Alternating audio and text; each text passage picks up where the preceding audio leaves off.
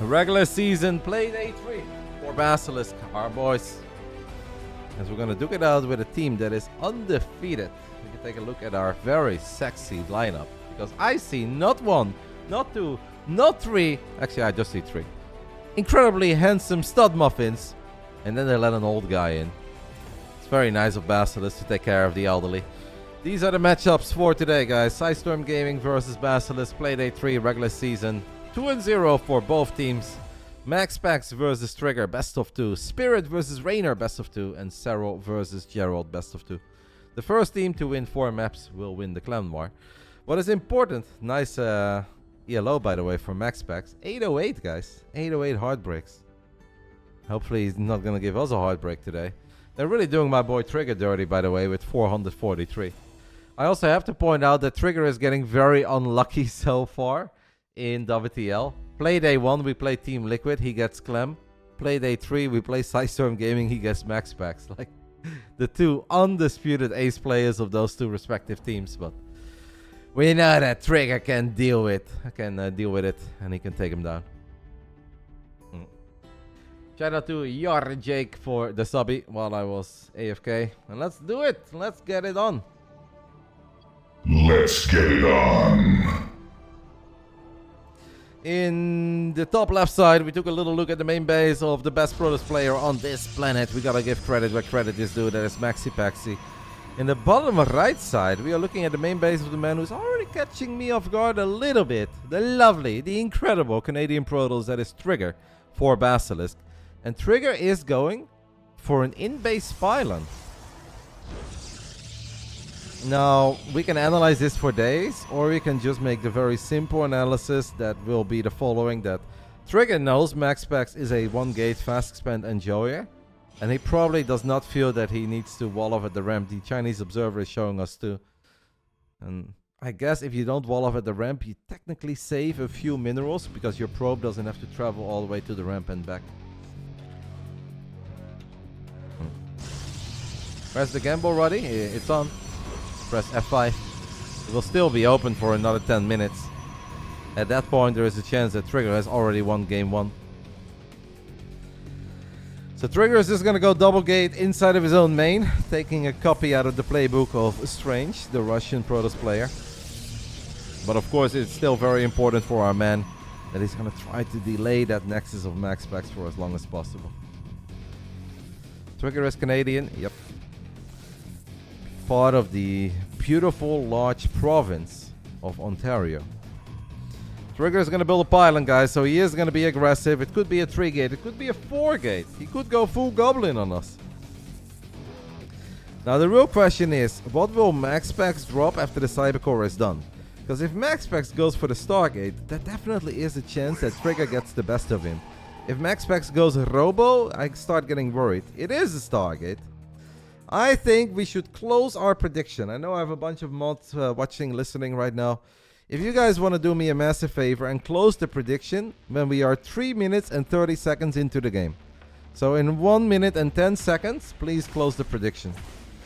MaxPax's scouting is spectacular as this Zealot does get on top of this gateway that's being proxied. But I think we can save it. I think we can save it. It's gonna take a little while. I guess we are going to lose the pylon, but at least we can rebuild the pylon there. It is annoying for Trigger that MaxPax found it so early. It's just an all-out 4-gate, by the way, guys.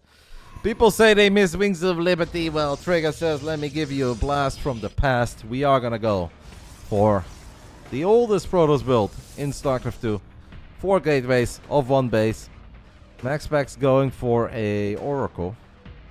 Trigger is annoyed about the fact that I guess he's temporarily supply blocked, but that's okay. We have to wait anyway for Warpgate. Zealot, Stalker on the side of MaxPax. Do we have a shield battery in our main base, by the way?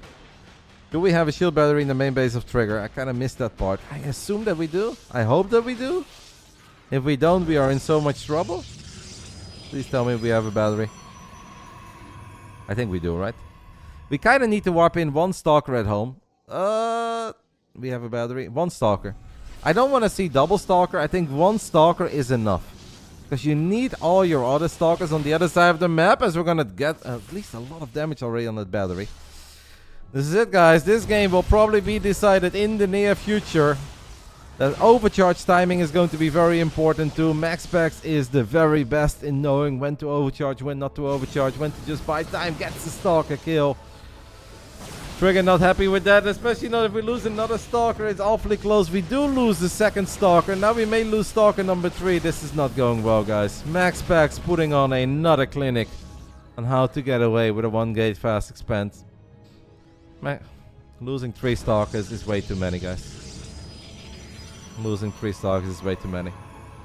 There's still a tiny chance that you have enough stalkers to just one-shot stuff, but it's with the economic damage that also was dealt on the other side of the map, it's looking very dire. Trigger needs magic right here, right now, and I'm afraid that we are all out of magic. Jeez Louise, man. Oh my goodness. Make it stop, that boy. I'm telling you, that Danish Protoss is not real. I don't know how he does it. 1-0 lead for PSISTORM Gaming. A 1-0 lead for MaxPax. He's pretty good. He is pretty good. Now I hope that that game was played on the European server. And that game too is played on the American server. Is the prediction still going on? I mean, if it's now still open, I'll leave it open for a little while longer. I'd be very surprised if that is correct though, because we have like 9 mods watching. You're right, it is still open. Okay. Well then, at this point we may as well leave it open. It's okay. It is what it is. It would have been a lot worse if it was Trigger taking the 1-0 lead, because I know that most people will bet on MaxPax winning anyway. So I was more concerned about Trigger taking the 1-0 lead, and then the people that bet on Trigger winning or a draw, they would be sad if he would have taken the 1-0 lead.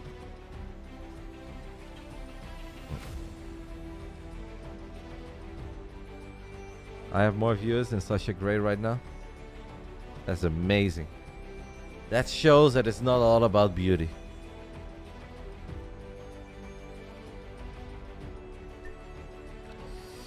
Trigger shaking his head. Obviously, guys, whenever you go for a 1 base all-in like that, everything needs to go correct from the beginning. I think that maybe we needed 1 stalker at home a little bit earlier, so we wouldn't have lost the probes. But the bigger problem was that the Void Ray was able to get a stalker kill without an overcharge being used. And then we lost another stalker, not to the Void Ray, but to the final shot of MaxPax's stalker. And that is really all that MaxPax needs to stabilize and walk away with the game.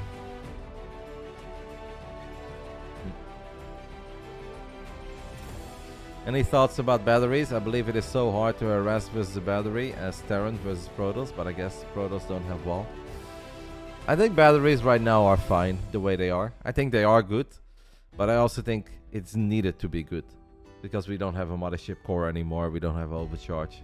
So I think batteries are good, but I also think we need them to be good. You know what would make me very happy, guys, is if units that rely on energy, like the Phoenix or the Oracle or the High Templars, can soak up energy from a battery. That would be amazing.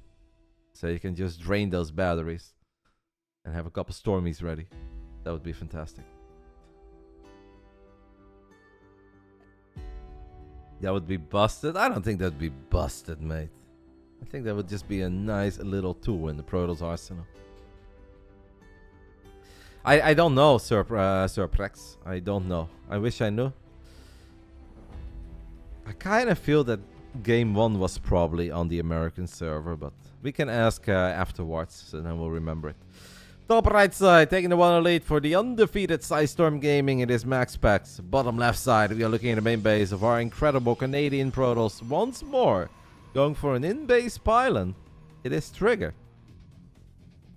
So back-to-back games, the man is going for an in-base pylon. Obviously, MaxPax goes for low ground setups. He pretty much always does it. I assume that MaxPax doesn't love this map pool all that much for PvP. Because almost every single game, he's going to play on maps that don't have a ramp. He's the only one who really misses the days of tropical, inside and outside, and Moondance. And Stargazers. MaxPax was like, yeah, greatest map ever. 5 out of 7 maps had a ramp.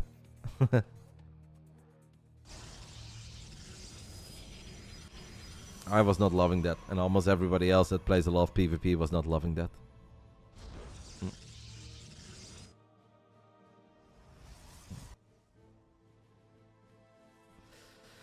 Hello, Fazy Law. It's been a good day, and I am sure that today is going to be amazing, because there is a lot to look forward to. I was very pumped for this clan war.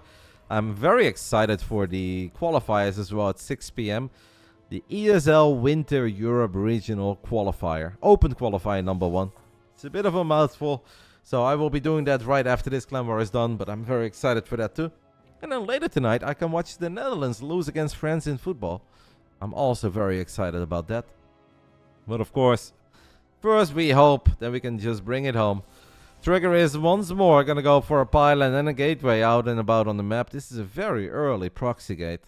MaxPax has a slightly different setup this time around, because last game MaxPax went Zealot into Stalker.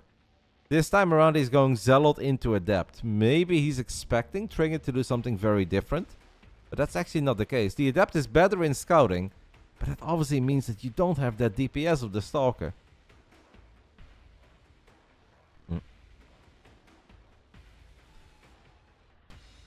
Because Lex Zess, the seeding for the clan wars is blind.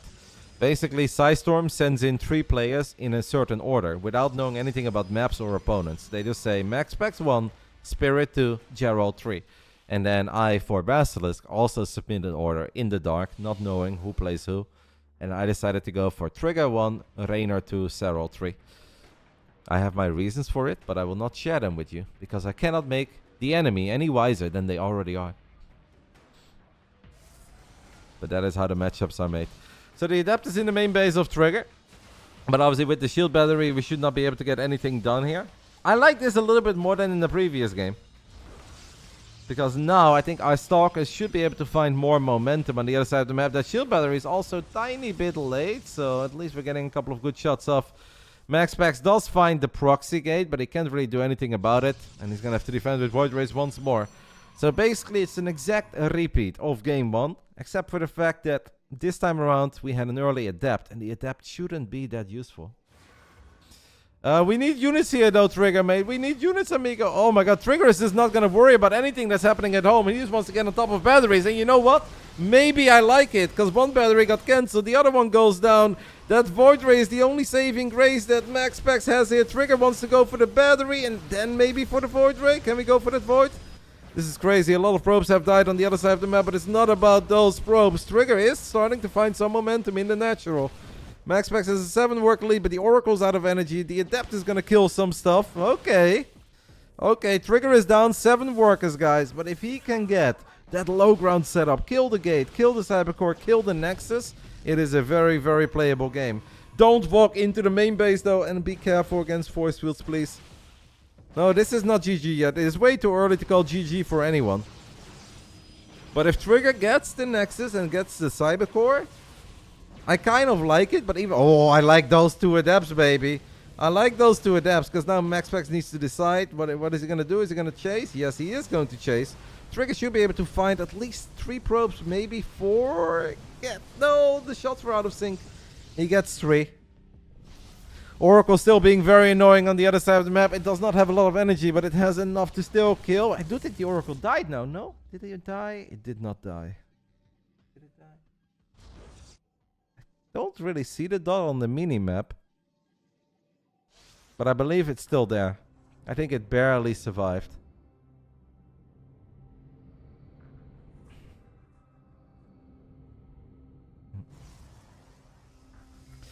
"22 workers against 21. Naniwa says, Trigger, no tech, no expo, Max still way ahead. I wouldn't say way ahead, but I do think that it's not the worst thing in the world for MaxPax. But obviously, like, nobody really enjoys spamming Void Rays of one base, because Void Rays are incredibly limited in their potential to move out. But yeah, the idea of having Void Rays and Immortals against just Stalkers is very sick. But once Trigger gets his hands on Blink, then obviously anything is still possible. 23 workers against 23 workers. It's so annoying that that Oracle is still out there. I would say it's small advantage MaxPax, but not more than that. Yeah, the Oracle is indeed a real thorn in the side of Trigger. It was one shot away from dying, but we can't even call that luck because we know MaxPax does that time. And oh, careful though. I don't want to see this fight. I don't want to see this fight. We are investing in Blink. We cannot take this fight right now, Trigger. But it's okay because we can just defend in our main base. Obviously, if you lose 2 gateways, that is very annoying. And I think the Void Race may reveal that that gateway is there. Okay, Trigger can get the kill it, please kill it with fire. Okay, he kills it with fire, but there is a stasis trap, and that is really bad news. Oh my goodness, and now a couple of force fields go down as well. But will MaxPax continue to chase? Does MaxPax see how big that stasis was? I think he does. Careful, Trigger. You have to be so careful, guys. Oh, I wouldn't hate like 1 or 2 zealots, but Trigger doesn't want to get 1 or 2 zealots. What do you even kill here? What do you even kill? Trigger, wait for Blink, mate. Please just wait for Blink. I don't like that he's chasing. I feel like he's taking a fight that he can't possibly win. He is going to try to win it. I really don't like this fight. 4 Void Rays and an Immortal is simply too powerful. Oh, mate. Now another force field goes down, and it seems that MaxPax is going to be able to bring this home. Blink is 75-80% done. Why, oh why, do we move into 4 Void Rays and an Immortal? Now I think it is Ultra Omega over. Maxi Paxi, the Prince of Denmark, is gonna get the job done here. With all these Voids and the Immortals. Why, Trigger? I don't know what he saw there that made him think he could take that fight. Like maybe if you have 2 Zealots on the ground, so the Zealots can get on top of the Immortal, but so sad to see all the Stalkers fall right before Blink is ready. It was, I think, a playable game at the minimum. Unfortunately, not good enough. A 2-0 lead for PSISTORM Gaming over Basilisk. Now, we do have a little surprise for you guys. It's not the most pleasant surprise, perhaps, of all time. But even though the order said that next up it would be Reynor versus Spirit, Reynor actually is going to play last. So the next match is going to be Serral versus Gerald. We reached out to PSISTORM 2 days ago to see if they would agree with this or not. And they agreed with it, so... Unfortunately for Trigger, he cannot get the job done against the best Protoss on the planet. MaxPax wins 2-0. Next up, Gerald versus Serral, best of 2. We need a 2-0 here, guys. Gerald did have a very surprising win once over Serral. I think 10 minutes is good. Shame. I think there was a chance in game 2. Yeah, but he's so... MaxPax's game sense in general is so freaking good in like knowing, even when the army feels so unorthodox and feels so out of place for that phase in the game, to be that far. Like MaxPax's game sense truly is second to none. Like he just kind of knows where he can and cannot go, and then he just finds little victory after little victory after little victory. I think it was a playable game too. Unfortunately, that was just not a fight that I think you can ever take. Even if the Void Rays don't have prismatic alignment, I don't see how you can fight with like 11-12 Stalkers against 4 Voids and an Immortal. And a Sentry, right? It's just too much.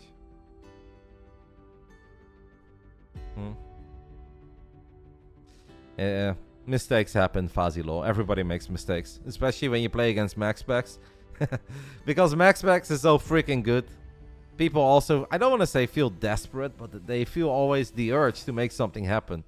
Because you obviously fear him and you know how scary he is. So if you think you've got him right where you want him, then you keep on pushing your luck even when you know it's not necessarily the correct call. The highest ranked player in the league, guys, is the great Iona Sotala. Gerald, what is this hairstyle, baby? Am I looking at Zlatan Ibrahimovic in his prime, or is that Gerald? Jeez Louise. Thought I was a straight man, but I'm second guessing myself right now. He is rocking it. Extreme makeovers.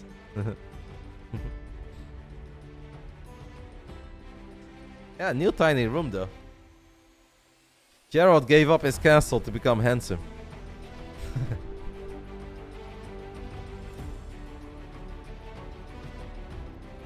He does have not one, not two, but 3 power outlets on his wall. Imagine the amount of cell phones and iPads he can charge at once, baby. 3. He's still flexing. Why is Gerald always flexing? Like, all of us are happy if we can find 1 power outlet somewhere so we can charge what we need. And Gerald is like, I want a hat trick. 3 in a row, baby. ELO is basically their power level, to put it in Dragon Ball Z terms. Alright, here we go. Score is 2-0 in favor of PSISTORM. And they decided to send out this man. It is PSISTORM Gaming's Gerald. Well, they didn't really decide. It was set in stone. In the bottom right side, we are looking at the main base of the man who dropped a map last week, guys. That is very unfamiliar territory for that man. Because he has the best record in WTL Coda's regular season history. The great Iona Sotala, Serral, has indeed been a little vocal that a lot of these EVPs feel hard. He did a little stream for you guys yesterday. I watched one game on Oceanborn. And he said, it's so hard. Why is it so hard? This guy's not even 6k. And let's be honest, guys. If you're not 6k or higher, you're not on Serral's radar. But apparently one Protoss that was not 6k still put up a good fight. And Serral was shocked. The audacity of these Protosses, guys, to actually get a couple bases and make him work for it. The guy was 5.8k on Oceanborn. And then we have to keep in mind that he was a barcode. So without a barcode, he would be like 5.4k. And that really does beg the question, does Serral still have it? I will answer that question for you guys. The answer is yes, he does. I think Serral has played slightly more Terran than Protoss, yes, as off-race. But unlike our Italian stallion, I think Serral doesn't enjoy off-racing all that much. I think he does like a game or two every now and then for the memes, for fun. I think Serral just enjoys being Serral with Zerg. The overall MMR dropped and Roddy MMR grow. What is happening? Roddy still got it, Bly. I'm not that bad, mate. Side Delta, our opening battleground. I feel like this is an alright map to open Twilight, by the way, as a Protoss. I think opening Twilight is not too bad here. I have very hit or miss, Bly. Some days I'm actually pretty decent, and then some days I'm just straight up terrible.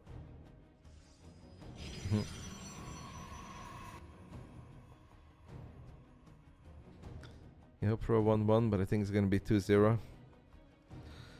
I hope it's going to be 2-0, so we can be all tied up. Reynor against Spirit is a classic. But at least we have no more Neo-Humanity. And Gerald is following, I wouldn't say my advice, but what I was kind of hinting towards, alluding to, is that I think this is an already map to open up Twilight Council. And then you can do many different things. You can go Glaives. You can also go for a quick Dark Shrine and then still get a Robo too. Or it could just be straight up Glaives. I hope Serral is sharp. Wait. Did he cancel something? I thought I heard the sound of a building being cancelled. Was it just like a temporary wall off to keep Zerglings out? Okay. Gerald defeated Serral in the previous ESL EU. But it was not in the Swiss format, no? Where did Gerald defeat Serral? Because I feel like that's a long time ago that happened. I do remember it happening, and it is a quick Dark Strike in a Robo. But I don't think that was in the Swiss format. It was in the round robin, yeah. So it's not the previous ESL EU. It's basically last year. Couple of editions ago, but... yes, that was a big win. I think they played on Data C back then. So that's a couple of map pools ago. But it did happen. And hey, no one can ever take away a win against the great Jonas Sotala. I think that Gerald probably has the replays in a USB stick that he has framed. And he put it on the wall. And he also bought himself a projector which is 24/7 replays those games against Serral. That is one way to pump yourself up, you know. I mean, Gerald is basically just opening up with a potential We're going to try to get lucky with DTs, but I feel like you almost never get lucky with DTs. So then you're just going to morph the DTs into Archons. It is going up to 3 bases very quickly too. So it's a very economic build on the side of Gerald. And it could gear up for one of these very devastating 7-minute pushes of Zealots, Archons. Zealots with charge, obviously, Archons and Immortals. And there we have Zealot charge on the way. So it's a little bit of everything. This is a nice moment, I think, for these links to show up. Can the DTs win the fight against the Queens? The lair is obviously not done yet, guys. One Queen has already died. Queen number 2 dies. At least one DT has died as well. But Serral is actually winning the fight against the Adepts and the Pile, and this went incredibly well. No, don't give up. Don't give up, Yona. Okay, I still think he's going to get the cancel, but... Yeah, okay, he's fine. He already got the cancel. No, I will not try to qualify Bly. I will stick to my job as a caster. And also, I cannot play the qualifiers tomorrow because I'm celebrating my grandma's birthday. I will play in a couple of other events, but not the qualifiers today. Da-na-na. Gerald with 5 more gateways, but obviously Gerald cannot possibly be happy with how all of that went, guys. The DTs, they did kind of alrighty, but the Adepts were out of position against the Lynx that showed up at that 9 o'clock base. Serral then got on top of the Adepts, got the pile, and gets the cancel on the Nexus. And at this point, everything that Gerald planned and had in mind, you can basically flush it down the drain. We'll still maybe go for some sort of an Archon, Immortal, Zealot spam attack. And obviously Serral needs to stop droning though. Okay, Serral has an insane amount of drones. I kind of want to see Serral build nothing but roaches now. And I wouldn't even mind a Ravager or 2. 66 drones is a decent amount, but he is going into droning at this point. Great scout here with the Overlord. Or Overseer as well. You smell problems? I think it's okay. Don't forget there are no force fields available. So all we need to do is micro with roaches. And I know for a fact that the great Jonas Sotala knows how to micro. Here we go. Zealots and Archons getting shoved down. Spore Crawler in the mix as well. It's actually very nice. Spore Crawler in range of the War Prism. So I would love to see that Queen go for the War Prism. In the end, the Spore does not get the job done. But that War Prism is very low on HP already. We've got Queens coming in from the left side. A lot of roaches are tanking in the natural. I think Serral is completely fine here. Don't forget that Serral is defending this with a base advantage and a 15 worker advantage. I would have loved to see his Queen target a Prism though, because then I think it's ultra game over. Now we do have a few force fields going down. Gerald realizing that Serral did not have any Ravagers, but I think at this point it is too late. Roaches, Ravagers, Queens coming in from the left and the right, and probably the top and the bottom in the near future too. Don't forget that that Prism is very low on HP, so you can't really put it in the front lines. Serral has successfully defended, and with that has pretty much won the game. Gerald is aware of that too. He was shaking his head.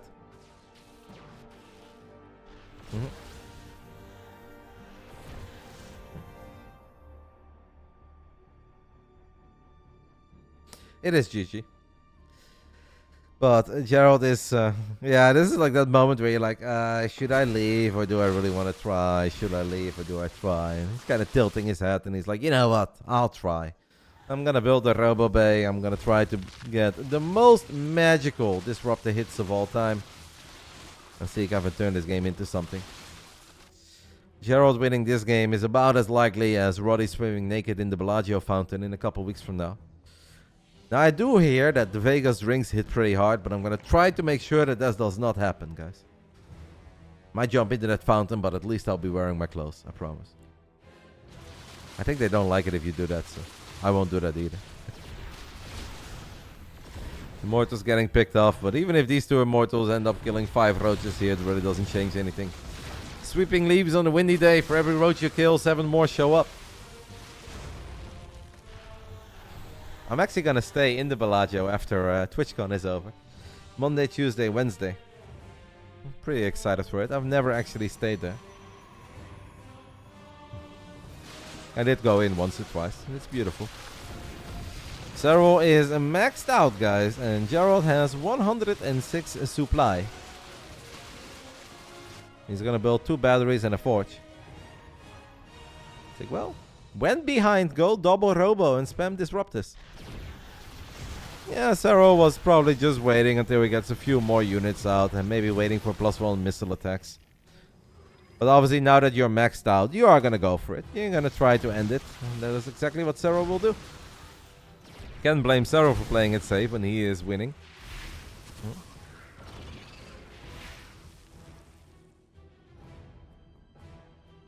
Serral actually is showing a lot of respect to a very tiny Protoss army there. And the Stalkers do have Blink. And obviously the Disruptors always have a lot of potential. Serral has dropped an infestation pit. That Nova connected with a couple. Can we pull a Cuckoo here? No, good Nova there. But the rest of the Protoss army just really sucks. So even if these Novas are decent, like, you're never going to get a fantastic fight here. Gerald is doing alrighty though. And now we've got a Hive on the way. I do think maybe Serral made it a tiny bit harder on himself than it had to be. Because I think if he would have just built some Lings and Roaches and Ravages after he defended, he would have straight up won. I am not concerned at all. I think this game is still very over. But the larger that the Protoss army becomes, the slightly scarier it becomes as well. Because then you're like, alright, we're going from 2 Disruptors up to 4 or 5. And if 4 Novas land in the center of a Zerg army, and then it does become painful. Nice first Nova there. The second one a little bit overkill, but I really like that first one. Serral stopped with his army, and then Gerald stopped with the Purification Nova. But while that was happening, guys, Serral gets a cancel on the Nexus, and there really isn't anything to worry about. Yeah, but Meteo 56. Serral does not see what we see, mate. Maybe he was worried about defensive battery, cannon, Archons, War Prism. Like, Serral obviously knows that we are down as a team 0-2 as well, and we all know that he does not enjoy losing games in the regular season of WTL. So he's playing it out very safe. You can't blame him. As your mommy, I'm sure, taught you when you were young, it is better to be safe than sorry. I mean, I wouldn't even say judging it from the couch. It's just that he's playing it safe. Did we actually have 83 Banelings on the production tab? That's so many Banelings! It's 82 though. You guys lied to me. Where did the other Baneling go? Alright. It is time to send it, guys. We have Baneling after Baneling. Banelings will not care about these Purification Novas. They are just going to go ahead and blow up the entire Protoss army. And the Novas have no idea where to go. And Gerald is now realizing that maybe it was a little bit pointless to stay into this game. Because he knew he was very far behind. But hey, maybe against the lesser Zerg, it could have still turned into something. Serral gets the 1-0 lead in his little best of 2. Biggest moment of the game, guys, was definitely the Lynx getting the cancel on the third base of Gerald.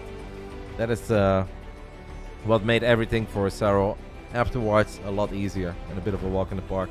That build of Gerald could have been gnarly. It could have potentially hit very hard, but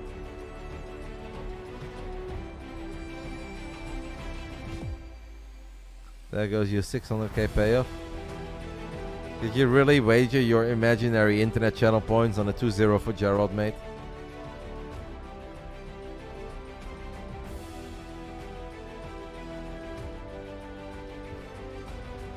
That is a proper Hail Mary play.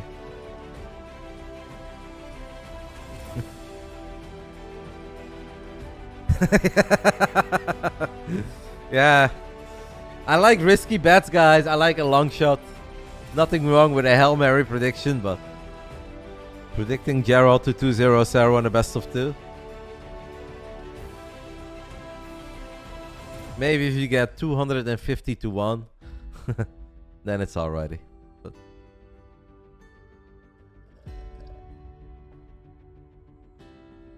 our legal access is 90 to 1. You mean to win a best of 3 or a best of 1? I honestly think the odds of Gerald 2-0ing Serral, I mean, 90 series would be a lot, right? Let's say you would say if Gerald and Serral play 90 best of 2s against each other, will Gerald 2-0 Serral once? I do think that is possible because Gerald is no slouch. He has obviously won series before. But I don't see Gerald 2-0ing Serral more than 1 out of, let's say, 50 or 60 series. That's very weird, mate. That's not even funny. You already have 2 timeouts. Make it timeout number 3.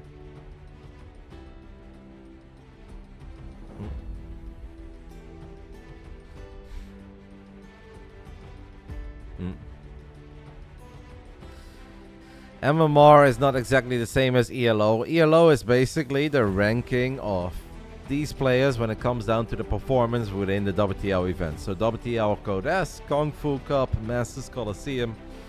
And you take all of those results and you put them in one pool, and then you get your ELO of the WTL. Will there be StarCraft 2 in DreamHack Hanover? Maybe like a small local tournament.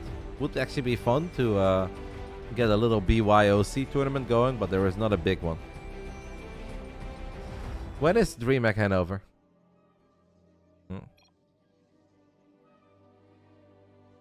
Alright, here we go. Top right side of Radhusat. We are looking at the main base of the great Iona Sotala, taking the 1-0 lead after a great Nexus cancel on the 3rd and taking out the Adepts as well. And that made his life defensively a whole lot easier. Bottom left side, we are looking at the main base of the man who's trying to make some magic happen for PSISTORM Gaming. It is Gerald. We have loaded in once more. I guess we're going to see this map a lot in WTL, because in WTL we use loser pick. There are no vetoes. So I guess if as a Protoss player you really like this map, you can just keep on picking it. Stats picked it, Gerald picked it. I don't know if I personally love it, but kind of like it.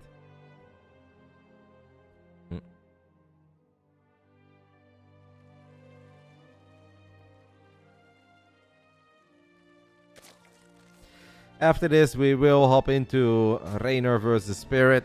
Booyah is asking why are we playing this instead of Reynor Spirit. That is because we put in the request for Reynor to play 3rd instead of 2nd, and PSISTORM agreed. We asked them 2 days ago. Well, we asked through the admin. This happens every now and then when you seed players in a certain order, but it doesn't mean that you have to play those games in the order. Obviously, the opponent was already set, and the map was already set. It's just that the order of the best of 2s that we played out is a bit different. And it is different because Reynor wanted it to be different. I guess Reynor had some obligations. No, well, I don't know if he's on a Dejan sleep schedule. He asked me like 2 days ago, so I don't think it has... I don't know Reynor as a boy that wakes up that late. I don't know why Reynor wanted to play later.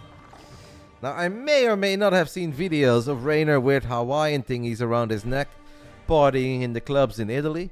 So I don't know if that has anything to do with it, but I'm going to assume that Reynor is a professional, and those things have nothing to do with him asking to play a little bit later. Maybe he had some family obligations in the afternoon, and like I'm sure that he would have been able to play 2nd as well, but maybe it was just a bit more comfortable for him to play 3rd. Reynor is back in Italy, but he will also be back in the Netherlands in like 2 days. On Saturday he comes back. I didn't know, by the way, there was a random mineral artifact in the center of the map. Even though I've played this map quite a few times at this point. There is a good chance, guys, that Gerald will go 1 Stargate into like the 2nd Stargate and the 3rd Stargate. I think we're going to do weird stuff. Because I feel like if you want to play Oracle into Blink, why would you pick this map? It feels that is just not going to be all that good. So I think if we pick this map and we open up with a Stargate as somebody is lagging, you can see Jona's tilted. Yona just cursed, guys, in finish. You guys saw it. Not many things piss off Yona, but if you lag in his game, oh boy. I think we're gonna open up, yeah.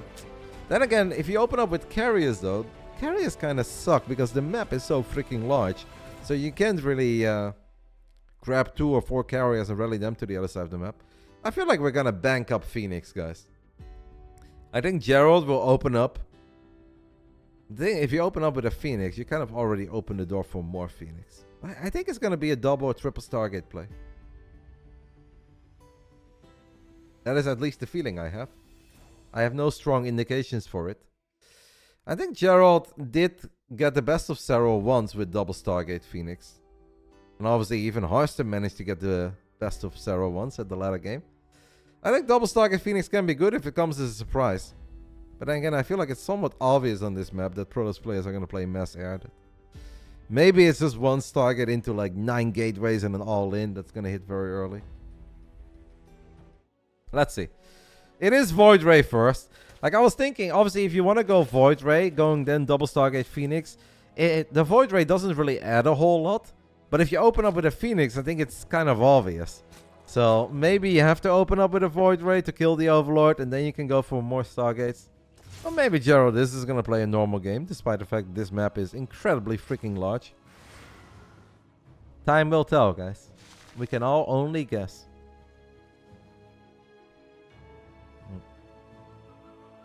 Very quick OV speed. Serral will see that Gerald is already mining out those mineral patches in the pocket expand. Those have 10 minerals each, so that means that one probe has to make 2 trips. And hey, guys, second Stargate. But if Serral's Overlord is going to scout it immediately, oh, I would almost cancel it. Cancel that Stargate. He cancelled it! And now he's got to Chronophus out an Oracle. Do you guys think Yona's buying it? I don't think Yona's buying it at all. Yona's like, you're full of crap, mate. And now he's going to rebuild the second Stargate and he's going to cancel that Oracle. No, maybe we'll still make an Oracle. There's another Overlord. Oh, poor Gerald, guys. I think, yeah, he's going to go triple Stargate. Okay, that Void Ray could deny it. I just kind of think it's... Even if Serral hasn't 100% seen it, I think it's very obvious. I would like to at least receive 5 gifted subs, by the way, for this absolutely god-tier strategic prediction of Gerald. This is why they still pay me the big bucks, guys. And with the big bucks, I mean... Fear Dragon is giving me some bits every now and then to insult me. I called it from the very beginning.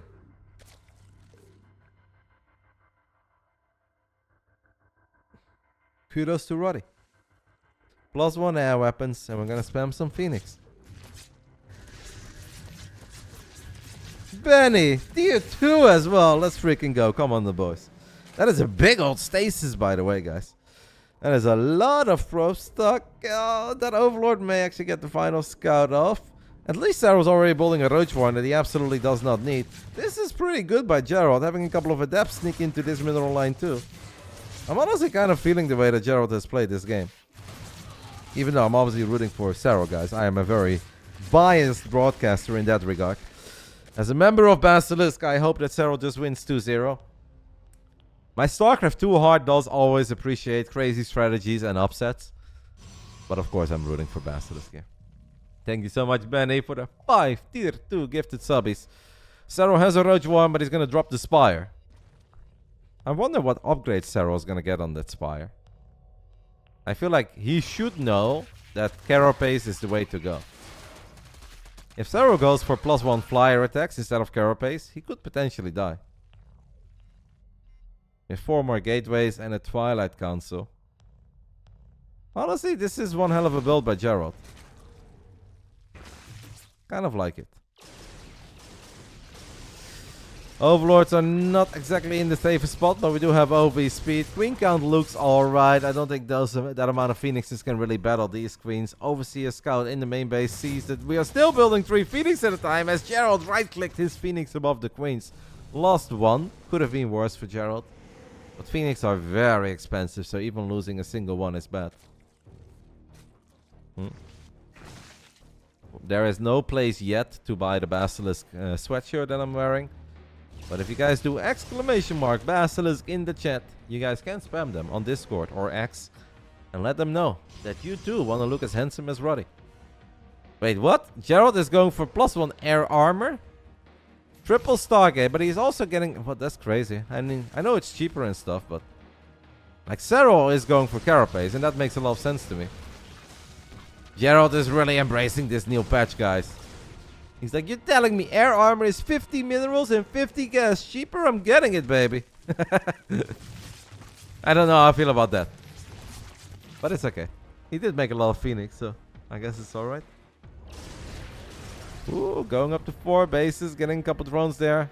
Big old stasis number 2, guys. Serral's not going to be happy if he sees that one. Second time in a single game. Is Yona going to rally queens to the other side of the map? On the largest map ever, Serral. It's easier for a queen to walk from Helsinki to Stockholm than it is from your main base towards the other side of the map here. I would not really be feeling a Queen Roach Corruptor attack. We do have Overlord speed, so I guess we could always drop some creep. I don't think he's gonna go for that. He will get a couple of Phoenix here, by the way. 6 drones. Maybe Gerald will think that's okay, but Phoenix are really expensive. It almost feels to me, guys, that the era of the Phoenix is over. And that it doesn't really make a lot of sense to get air armor here. Gerald can warp in Stalkers. I don't think that the Corruptors can really do a whole lot other than get a good scout off. This scout is very important because Serral obviously needs to know how many Corruptors he needs and if he still needs to spend money and resources. Oh, he's gonna go for Caustic Spray on the Templar Archives. Are we really looking at a couple of Corruptors sniping a Templar Archives and denying Storm, baby? I did not think that these Corruptors would be very useful in that regard, but they are. Because they are Serral Corruptors. I do think this game will go on for long enough that Gerald can rebuild it and can get Storm again, so. But still nice. It's an expensive building.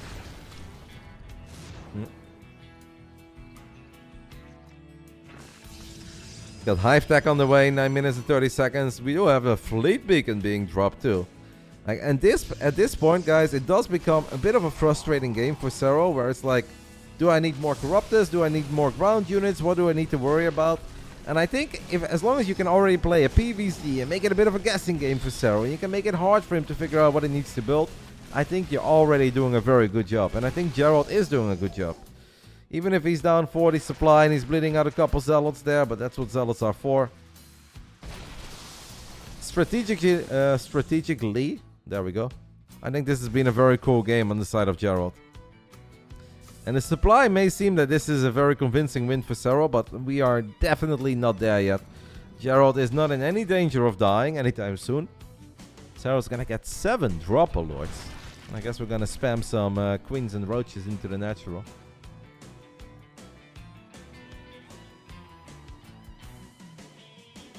And get Baneling drops down the line as well, but at this point we don't even have Baneling speed yet. We don't have any melee upgrades, so that is for way later. Kudos to Gerald, guys. It is tough to play against Serral. He came in with a plan, and I think he's making this an annoying and uncomfortable game. Doesn't mean that Serral is in trouble, because he's maxed out and he's about to drop a whole bunch of Roaches. These Dropper Lords, by the way, are escorted by these Corruptors too. This is honestly going to be annoying, and I bet that Gerald wishes that he had a Dark Shrine. Because imagine if you can just warp in a couple of defensive DTs here. Recalls a lot of High Templar Storm then. First Storm is kind of good. The second one is more on the Zealots, to be completely honest. Oh, these Roaches are stucky, baby. And we don't have Burrow and Tunneling Claws just yet. But one Archon does die. And eventually, Roaches will be picked up. Serral's going to build 16 additional Roaches.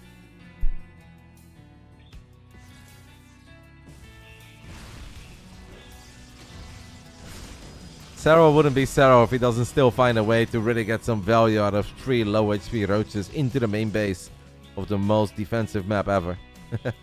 Now he uses Burrow. Corruptors are going to use Caustic Spray once more. They're going to go for that Pocket Expand.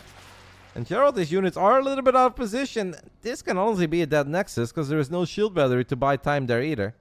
The Observer is not very intrigued about that Nexus dying, but I am. And that Nexus is dead, guys. I'm gonna see the new Tempest in action for the people who haven't really followed all the patch notes on top of everything. Basically, Tempest are a lot quicker. They turn around a bit quicker. They move quicker. Overall, it's just a slightly more fun and sexy unit than it was before. It's a best of 2 between these two. And a best of 7 as Clan War. Currently, PSISTORM Gaming is up 2-1 over us. But if Serral wins this game, we're all tied. Final best of 2 will be Reynor versus Spirit. It's a lot of Storm there, by the way, guys. It is a lot of Storm. All the compliments to Gerald and kudos for how he has played so far. So this is very weird about this map, guys. If you take out the debris on this side, all of them disappear. But if you attack the debris on the bottom left, only half of it disappear. It's so silly. But they move around quicker, man. The turn radius, guys. They are flipping around in the sky like it's Tony Hawk on a skateboard. Storms for days, storm galore. Serral not really attacking with all that many ground units there at first, but he does still have Corruptors, Roaches, and Ravagers. Loses a base, but wipes the floor with that Protoss army. Turns out that High Templars cannot blink across the minerals. Very unfortunate.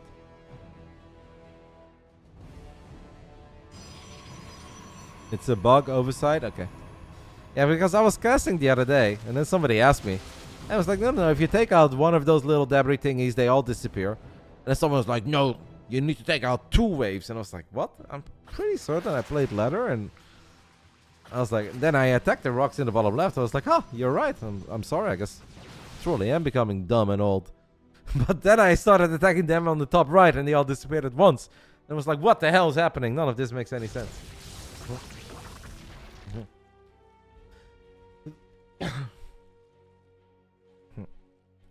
I play a lot of F1 mana, and I am aware of the fact that acceleration of the line is very important. I try to use all the knowledge I gained from playing F1 and imply it into my StarCraft 2 casting. I know a thing or two about hitting an apex and accelerating quickly, mate. I'm gonna have a proper Ling invasion, and obviously the Lings already have +2 melee at this point. This is going to be very annoying for Gerald to deal with, as he's a bit out of position once more.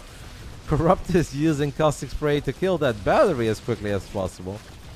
I gotta say, I find it very weird that Gerald is on this many bases and he does not have a Dark Shrine. Not that I believe in the offensive DTs, but I think having defensive DTs, if you ever realize that Serral doesn't have an Overseer, would make your life so much easier. Sweet storm there though by Gerald on the top side of the map. Serral, I think, is overall pretty happy with the amount of damage he found in this pocket expand. He's gonna get another Archon. Gonna burn a couple of units as well to be proper annoying. But there is an Observer on top of it, so it doesn't really matter. We have a little single burrowed circling in the top left side, denying this Nexus from going down. Gerald really is battling. Serral's now going for 8 Ultras. I wouldn't hate a potential Nidus. I think Nidus would be sexy. But I do really think once more that Gerald should always, in every scenario, have a Dark Shrine in a game like this. There are some moments where it can really save you. That doesn't look bad for Gerald at all. Gerald has played an excellent game. And it's very important for Serral that he keeps a track of what Gerald is doing. Like, does Serral need to worry about a ground army, or does he need to worry about an air army? We can see that there are now 3 carriers and a mothership and a whole bunch of speedy Tempest. It feels that Serral is a bit more concerned about ground units at the moment than he is about flying units. And we don't have any Vipers or Infestors. I actually think Serral is... You never want to say that Serral is in trouble, because Serral will always find a way to just win. Even if his army comp doesn't make that much sense. And people are like, hey, you doubted Serral. I'm like, no, I never doubt the individual Serral. I do think that Serral is in a bit of a pickle in this game. Does have a crazy amount of Ultras, by the way. These Ultras are beefy, they're tanky, they've got +3 melee, +3 carapace, guidance plating. At least I assume they have guidance plating. Look at that Ultra, guys. The cannons do nothing. Actually, cannons do a lot of damage. Are we sure he has guidance plating? I feel like he doesn't have guidance plating, no? Am I crazy? I feel like these Ultras took too much damage. Guys, does he have guidance? He does? How the hell do 2 cannons deal that amount of damage to a single Ultra? What? Ultras suck. Is that why you get them cheaper these days? A 25 mineral. Oh my goodness. Ultra drops into the pocket expand, baby. But we just... Oh no, they suck. That Ultra's kind of stucky too. Couple of carriers and a single Tempest gets recalled. Serral's also attacking the top left. I'd love to see the fight in the top left, guys. That is way more interesting than that fight that's happening in the pocket expand. Serral does get on top of a couple of these Tempests and a carrier. Obviously, freeing up some supply to get more anti-air is perfectly fine. Serral does need to be careful that he doesn't lose all his Corruptors here, because Corruptors are expensive. A lot of economic damage being dealt. 18 probes already going down. Mama ship shows up. Ah well. It's okay, because now Serral can make 12 more Corruptors. He's got pretty crazy upgrades. Honestly, pretty sick the way that Serral did that. He just finds a way to break a Protoss on one of the most defensive and campy maps we've ever seen. But then you think that would be kind of difficult. But that was very sexy. Nice multi-prong. It's a shame that we missed the beginning of that fight in the top left. I'm still shocked to see how much damage those two cannons did to an Ultra. I always thought that Ultras are like invincible. I think Neuroparasite was researched a while ago, like a couple of minutes ago. I don't want to double check it right now, but I'm pretty certain. Couple Vipers in the mix as well. Serral obviously is getting a much better army. Oh, careful with your Vipers. Serral loses a Viper. Again, the other one gets feedback. These carriers, if they move towards the battery, it's honestly not that bad of a fight for Gerald. That was an uncharacteristically sloppy engagement, guys, for Serral. And sure, he does get the mothership and he gets a couple of the carriers, but Serral lost a lot more there than I think he would have liked to lose. But at least he's killing 22 probes with something. I'd love to see what that is. A single circling, an Ultra? Show it, please. It's an Ultra, baby. That Ultra has 30 kills. And I believe all 30 of them were probes. I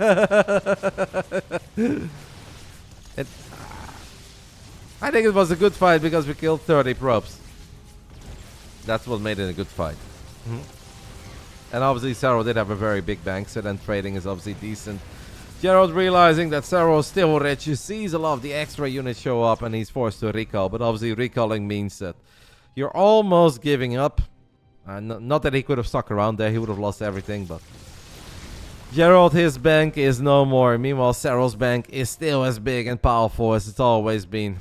Slowly but steady, Serral just found a way to break the Protoss wall. With all those drops in the pocket expand, with all those run-bys into the middle lines.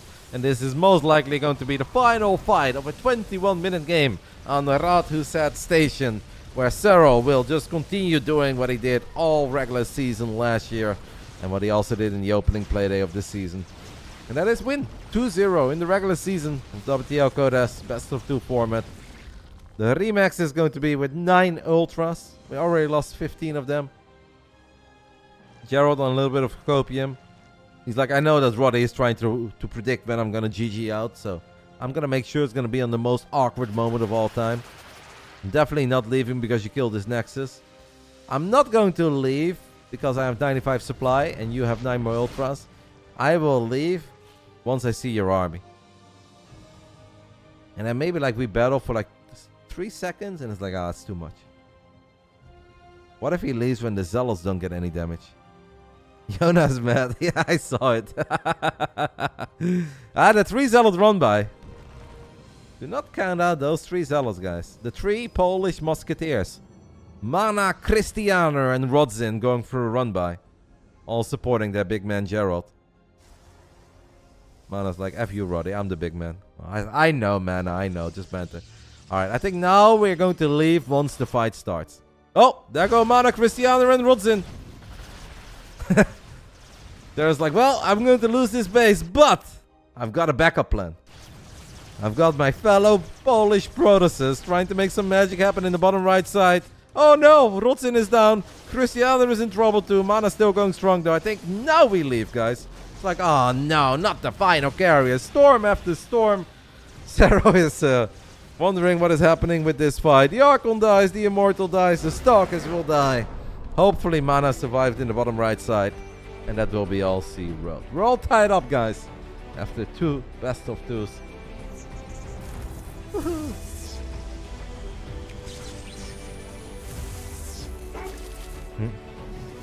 94% of you guys believed in Serral. Now you guys have a very tough prediction though. It's all tied up between PSISTORM and Basilisk. And it's time for Reynor versus Spirit. I'll give you guys 10 minutes to get your predictions in. I'm going to go ahead and take a very tiny break because Reynor was still memeing in the chat just like 20 seconds ago. So I think that it will take a couple minutes before it starts. So I'll take a tiny break and after that I'll be back with Reynor versus Spirit. Both teams are 2-0 so far, but someone's O has got to go. I believe that's what they say in America and I like it. Be right back. They're starting. They are starting. Sorry, guys. I missed our intros.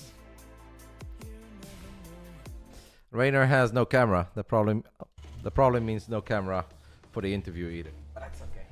Here we go. Third of the best of twos. This was supposed to be played second, but Reynor put in a request to play a little bit later. So here we are on the lovely large map, Equilibrium. Man, I think this map is also so large that maybe Spirit doesn't even like it. But let's see, guys. Top left side, the Polish Terran player, Spirit. Top right side, we are looking at the main base representing Basilisk of Reynor. If we will ever take a look at it. Reynor will be back in the Netherlands on Saturday, and then you guys will be able to enjoy some Reynor streams again. And obviously, Reynor will have his camera set up and stuff once more. Command Center first for Spirit. It's probably going to be Command Center first into a couple of Battle Mech units, into a 3rd CC, into a 4th CC. You guys think he's going to play mech? Is this map too big for mech? Or is there no map ever too big for mech? I'm feeling mech. I don't know if I can have a prediction as good as the Gerald prediction on Rat Who Said, but I think that Spirit is going to play Ghost Mech. 6 more minutes of predictions. Yeah, well, in 6 minutes, mate, I believe that a grand total of 3 units have died on this map. We saw this map earlier with Stats versus Oliveira. And I think it was a 10-minute no-rush gentleman's agreement. And then we had one fight and the Protoss died. But I digress. 50-50, man, it's showtime. Reynor did get a 2-0 the other week when we needed him to get a 2-0. Obviously, for the people who don't know how WTL regular season works, winning is most important, but winning without an ace match actually gives you 1 more point than winning with an ace match. So, ideally, Reynor just gets a 2-0 here, and then we get rewarded the full amount of 3 points. If we win with an ace match, we only get 2. Any cool plans for the weekend, Roddy? Well, yes, a lot of StarCraft, and tomorrow we are doing a minor celebration for my grandma, who's turning 90. Turning 90 on the 17th of October, but obviously that's in the middle of the week. So we're gonna have a little dinner. I don't want to bring you guys down with a sad story, but it's kind of sad. My grandma was ultra excited for a big celebration, a big dinner at someone's yard, barbecue, and all her family, brothers and sisters were coming. And that was supposed to happen on Sunday, but one of my, basically my grandma's sister, her husband, suddenly got very sick and he's in the hospital and he's in a critical condition. So now the rest of the family didn't feel that this was the right time to celebrate. And it was kind of sad because we already knew, but we didn't want to tell my grandma last Saturday because we had Jax, my nephew's birthday. So then my grandma was like, "I'll see you Sunday, right? It's going to be amazing." And I felt so sad. I was like, "Oh, she didn't know yet." It's like heartbreaking. Makes me cry. But it's okay. We're still going to do something nice for her tomorrow. And hope that she still has a fun day. Yeah, it's very sad. I'm getting teary eyes. I felt so guilty. But we didn't want to tell her, like, at Jack's her birthday. Because then my grandma would be down. So. But it's okay, guys. That is life. Especially when you're dealing with people that are 85, 90, 95. Like, obviously, it's a beautiful age. But we'll make sure that my grandma still has a fun day tomorrow.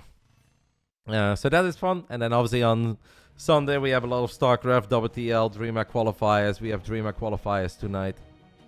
Wow, slowly. That's amazing. That is amazing. I appreciate the dogs, guys. I will forward them to my grandma. It is not going to be mech like I was hinting towards in the beginning of this game. Spirit has a relatively standard setup of Hellions with Cloak Banshees. Stim is being researched as well. There will be a weekly that we cast on Monday for sure. There is a weekly on Monday. I will not be able to do Kung Fu Cup on Wednesday though, guys, because that is my travel day. But hey, we have fun StarCraft today, some football tonight. Tomorrow, some family obligations. That should be fun. Sunday, a lot of StarCraft.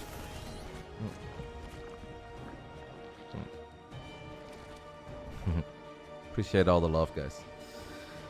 Reynor losing his scouting overlord means that he is going to be supply blocked for a split second. For everyone that hasn't seen too many games yet on this map pool, we have a base on this map that is unlike any other base that we've ever seen in the history of StarCraft 2, and that is this one. Gold minerals and a rich Vespian geyser, which obviously is going to absolutely skyrocket your economy if you can get your hands on it. Reynor is going to take it. It is very tempting to take it almost too early, but it is very exposed. You can attack it from the high ground, multiple angles, which I think the map makers did correct, by the way. So we do have these two Banshees sneaking into the main base. A couple of drones will fall here. It is 3 in total. I hope that Reynor gets a little bit more Ling activity, guys, in the left side of the map. Because even though this is a very large map, if Reynor is just going blind, full, all-out macro, he could be surprised by the first Marine tank push. I didn't see Spirit's ELO. I assume it's between like 500 and 650. Something like that. MaxPax was 808. Serral, I believe, was 912. I didn't actually see what they gave Reynor. If you guys go into my VOD, you can see all the ELOs listed at the beginning. Before the first match of Trigger and MaxPax were played, they showed the ELO of every player. We'll probably see it after this game too. Hydralisk Dan has gone down on the side of Reynor. Makes me happy. Baning speed will finish up. As somebody said 6 minutes ago, the prediction is still open. Well, I already thought that not too many units would go down in the first 7 minutes of a map like this. And sure, a few drones did fall. Reynor's drone count is not as impressive as maybe you would expect it to be. But he does have gold minerals. And he can obviously take the rich Vespian geyser after he deals with the first push too.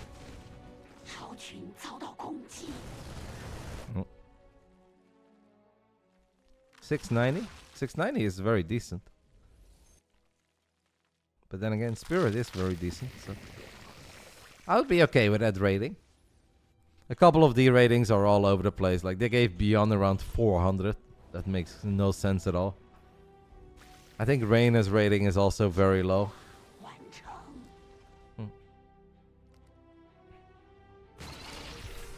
The Hellions from the early game are going to morph into Hellbats, and this is going to be the first serious moment between these two. Reynor needs to survive 10 more seconds until he's got 1-1. He's running some units forward right before 1-1, but very happy to see that Spirit is going to disengage. That means that upgrades right now are even across the board.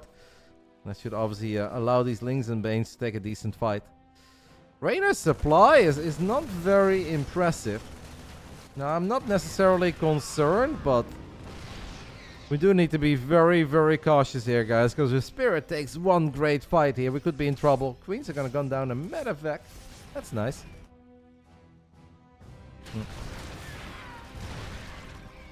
And the more time that goes by, the more Reynor is going to enjoy the fact that he's got his hands on the mega base.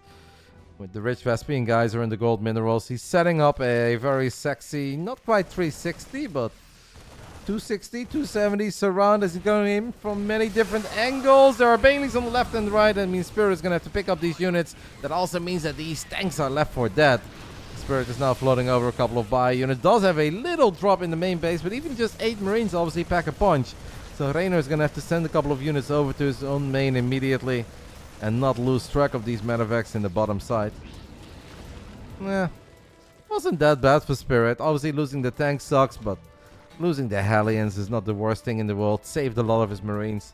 He's going up to 4 bases too. And Reynor does not have a quick hive at all. So I don't hate it for Spirit. I think he's actually playing quite alright. Getting a 4 base setup. It was a double drop, so maybe one drop died to the Spore Crawlers. That's possible. But even 8 Marines can get the job done, right? I'm a tiny bit concerned though, guys, that Reynor still does not have hive. Isn't it time? I think it is time. The Spirit is about to become a 4 base Terran. He's going to drop a Ghost Academy. He's got 2 upgrades finishing up. Liberator is going to siege up in range of the Spore Crawler, so that makes Reynor's life a tiny bit easier. But there is another Liberator This is like world's latest infestation pit. I don't like it. I'm also not really used to seeing this out of Reynor. It doesn't mean that I think Reynor is like losing per se or is in all sorts of trouble, but I do really want to see him tack up, and he doesn't even have an infestation pit. The observer right now I think is showing that to us too. I feel like the Chinese observer is listening to me. Every single time I mention something, he's gonna click on stuff a couple seconds later. I mean, what we do have is a million Lings, Banelings, and Hydras, but it's all of Lair Tech and attacking off creep without any spellcasters, no Vipers, no Infestors. I feel like this is crazy. Reynor is playing with fire, and it really is time that he starts stacking up, guys. I mean, obviously, I would love to see him prove me wrong and just shove down a million Lings and Banes and Hydras of Lair Tech and get the job done. But he is playing a risky game, and I'm sure he knows it. He's going to go for it. Spirit has a pretty good set of fortified position. I think Banelings were cleaning up all those Marines on the other side of the map. Banelings are crashing through depots and crashing through tanks, but that tank line is damn deep.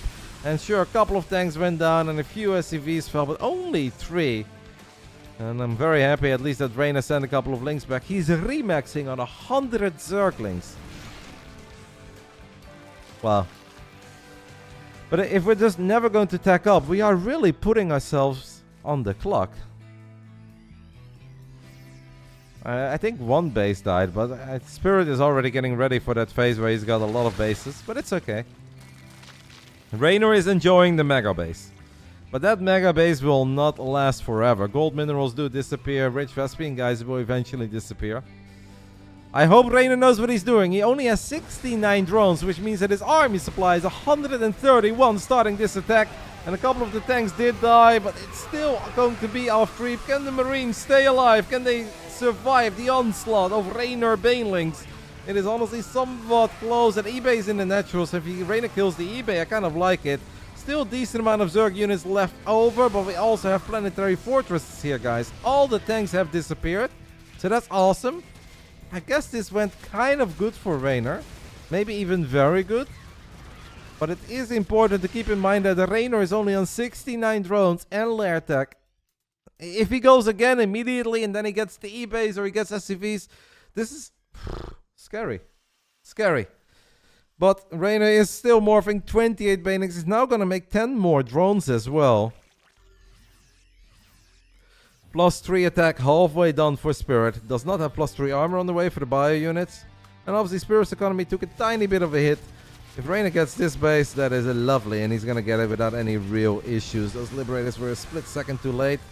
Libs are now going to try to battle the Hydras. Banelings are chasing Marines, but Marauders are there to save the day. Big Ling run by. If they get into the main base, that is good, and Spirit will just tap out. Okay, well, I felt like we played with fire there, but we got away with it. Our Italian boy knows what he's doing. A couple of you guys are immediately saying that Spirit should not have left. I don't know. Maybe I don't think Spirit obviously was exactly aware of the position that Reynor was in. The amount of drones that Reynor had. Doesn't know about the bank of Reynor, but I do think that Ling run by in the main, I think that one was really going to be difficult to deal with. Then you lose SCVs in the main, you lose SCVs in the natural, and potentially lose that eBay with +3 as well, so.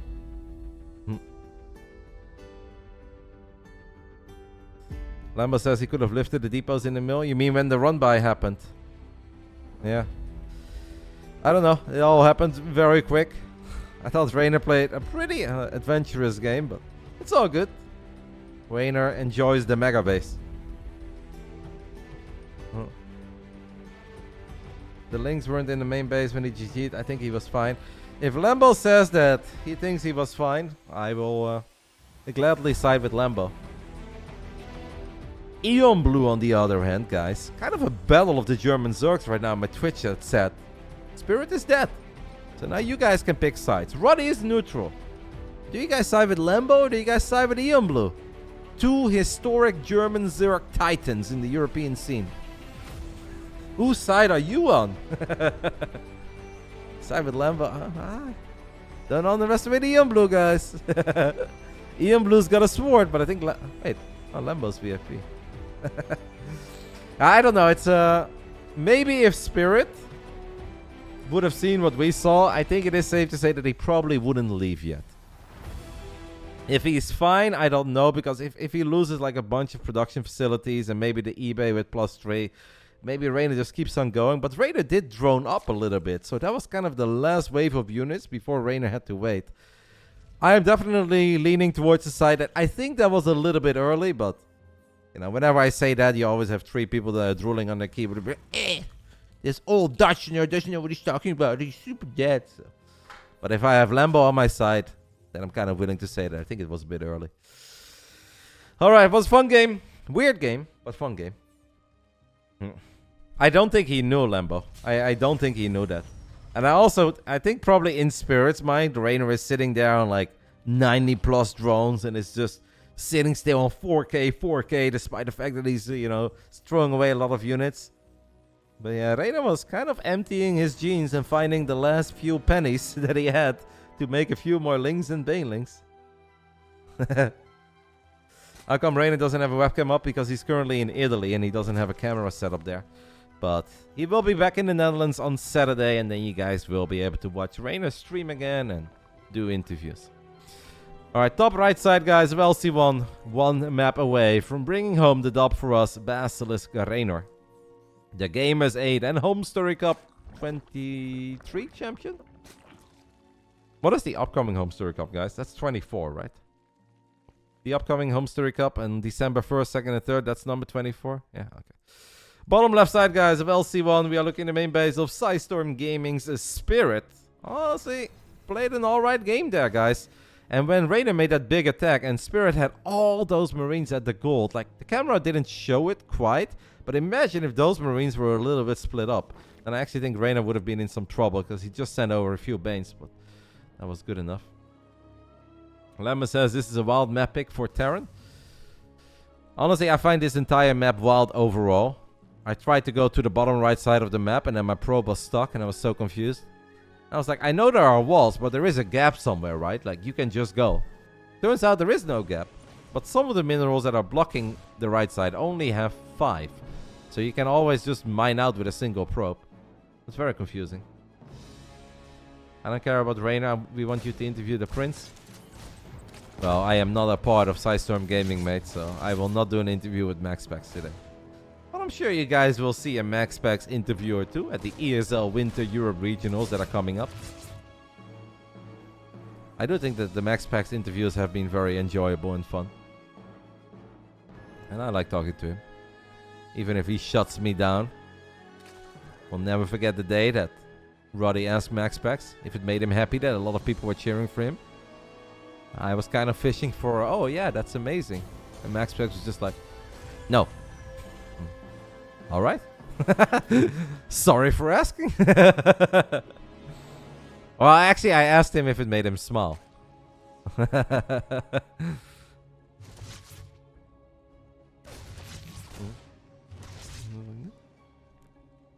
MaxPax has delivered a couple of great one-liners. My absolute favorite, and you guys can all watch this video, on Coco's YouTube channel. MaxPax did 1 hour of coaching with Coco. And then MaxPax told Coco to make a couple of adapts. And then Coco said, I do have to warn you, after like 35 minutes, you will not enjoy my adapt micro. And then MaxPax responded with, I don't enjoy any of your micro. I was like, alright, bam! It was probably the best line I've heard. You know, well, it's so good. Coco took it like a champ, though. You need a clip of that? There are clips of that. I can show you guys on the Coco's YouTube after the game. But that's okay. Enough about MaxPax, guys. MaxPax played earlier. He got his win. Let's go ahead and enjoy potentially the final game of PSISTORM Gaming versus Basilisk. And I hope it's the final game. As Reynor has dropped a Roach Warren. He's building 5 drones at a time. Spirit will go for the Cloak Banshees once more. Yeah, he has won 29 more, I believe, ever since Prof. Nuggy. That was a wild night, though. The audience was going crazy. I think it's because chat also knew that we watched something special. And that boy was going to be good. And 29 victories later, I think it's pretty obvious to say that he's pretty damn good. By the way, Lino, now that I see you in the chat, I've got something that's gonna spark a lot of joy to you and will absolutely make you smile. The Albert Heijn moved. It's now bigger, fancier, more beautiful, and closer.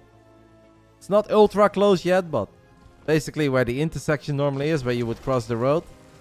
I know that you love nothing more than a cheeky visit to the Albert Heijn, so you can get excited. Guys, we have a Dropperlord and Overlord speed. The Reynor on 54 drones. Is this gonna go for a Queen Roachling Ravager attack? And I guess we're gonna put a couple of Queens inside of the Dropperlord. Banshees are gonna fly into the main base. There is an Overseer here though that's gonna give a very early heads up. I think that Spirit did see those Roaches spawn. And I wonder, yeah, he's gonna build a bunker immediately. I think Spirit has a pretty good read on this. Now the question is, can Spirit defend? Where is that bunker?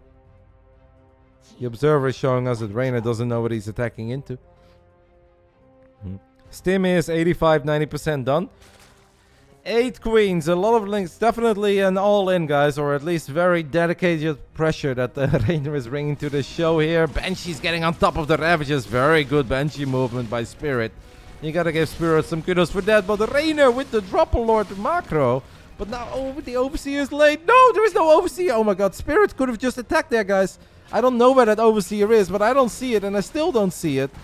Ooh, a little missed opportunity there perhaps for a Spirit, because I actually could have just kept on attacking with those Banshees. I think Reynor is... Oh yeah, see, that's when the Overseer showed up. Imagine the amount of shots that those Banshees were able to get off on Queens there, or Ravagers. But Spirit showing a lot of respect to Reynor. I still don't think it's looking all that hot for Reynor, to be completely honest. We'll get at least one eBay. Yep, armor is denied. Marine's gonna stim forward. Big stim, and I don't see any medevacs yet, so that stim does hurt. Corrosive ball. The Hellions could not find an opening on the other side of the map. Spirit has dropped an armory. +1 is gonna finish up though, guys. I am happy to see a lot of Marines very low on HP. Combat shield is around 15-20 seconds away from finishing up. At this point, I'd be lying if I told you guys that I like it for Reynor, because I don't like it for Reynor at all. But then again, Reynor is the absolute champ in proving us wrong and turning water into wine. He kind of needs to do that here, but it also seems that Reynor doesn't really believe in his attack. He's going to go for a double link drop, has some potential. I hope that Reynor keeps track of his Ravagers. Queens are going to have a hard time making it home. I mean, this army of Spirit, baby, it slaps. And Spirit makes an excellent call to just go for it. Get on top of all these Queens, Roaches, Ravagers. Link drop is killing SCVs in the main base. Great call by Spirit there. He just sized out that army and he said, you know what? I want a piece of that. I believe in the guy with the gun. And Spirit was right. That was a big loss for Reynor. And overall, it's a very problematic game for Reynor right now. But Reynor does do his best work when he's in a little bit of trouble. Now, there are many pro Zergs out there, including Ian Blue, that will tell you that Reynor is in more than just a little bit of trouble. And that Reynor is close to dying. Let's see. Oh, all the tanks on siege. I don't know what the observer is looking at. I'm actually kind of happy to see all these tanks on sieging, because I kind of think that Spirit's army there would have potentially won that fight. Oh, you can clip that, Ian Blue, and put it on your wall. Serral giving you some love in the chat. So that one Dropperlord, by the way, with like 5 HP, still unloading some Zerglings in the main base. Reynor's going to try his luck again. Reynor needs to be very careful that he doesn't overstay his welcome and that Spirit doesn't suddenly turn around and fights, because I think Spirit's army is amazing. Those links in the main base though, those links in the main base have done a surprising amount of work. That Dropperlord with 21 HP. 20 SCVs is pretty sick. Yeah. Isn't it fun how Reynor just makes life really hard on himself and he's like, oh, you guys are doubting me? You guys think I'm losing?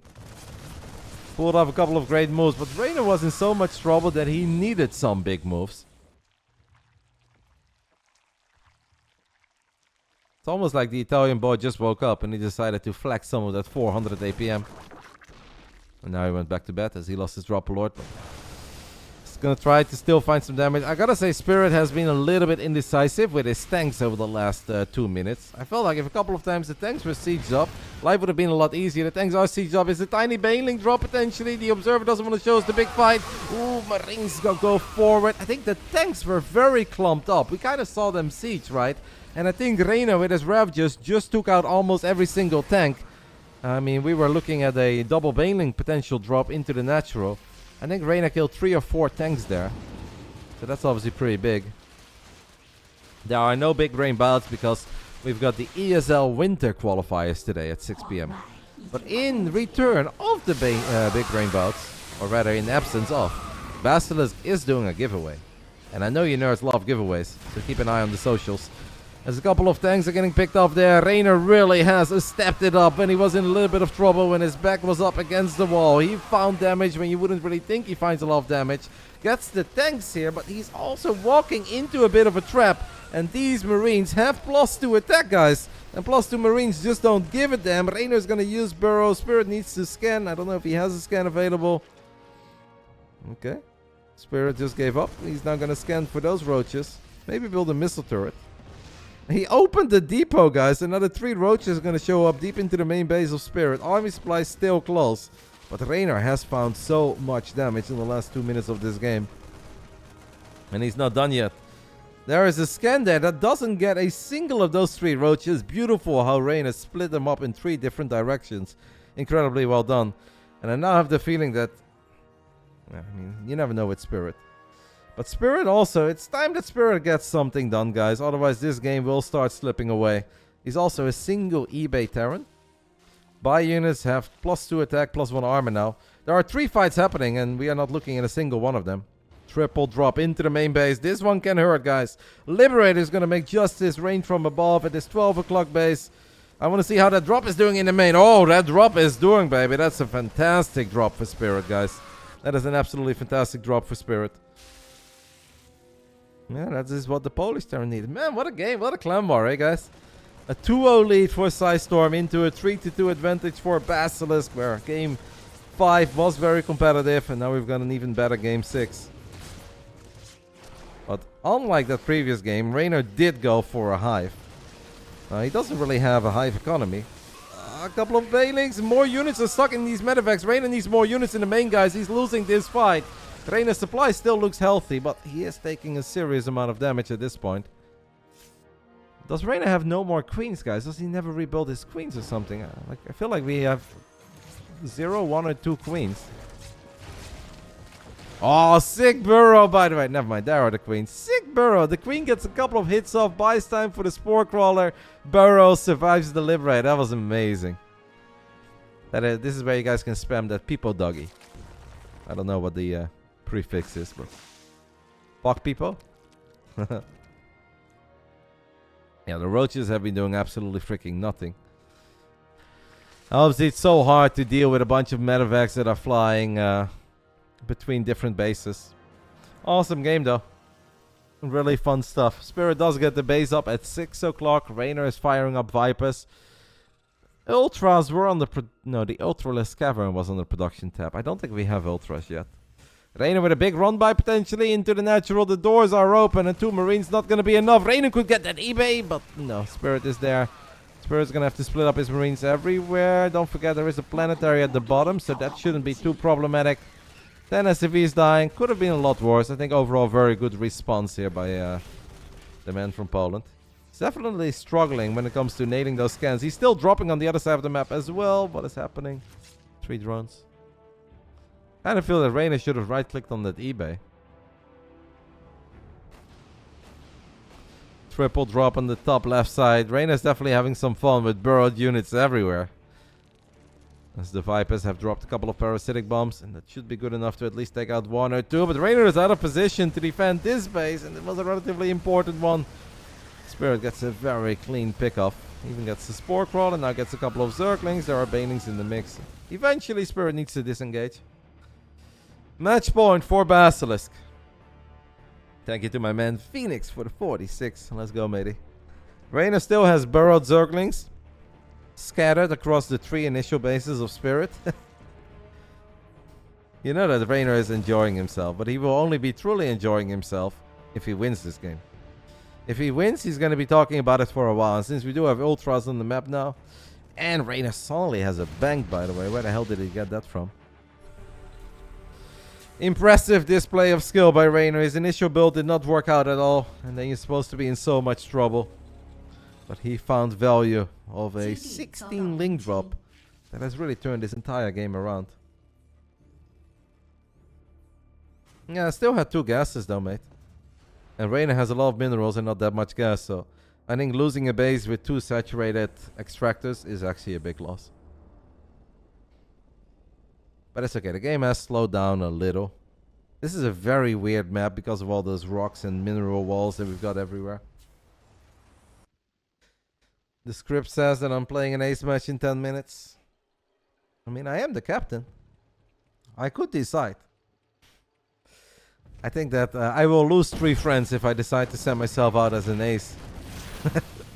But I have the power to do it. You know what? I'll make a very generous offer to PSISTORM Gaming.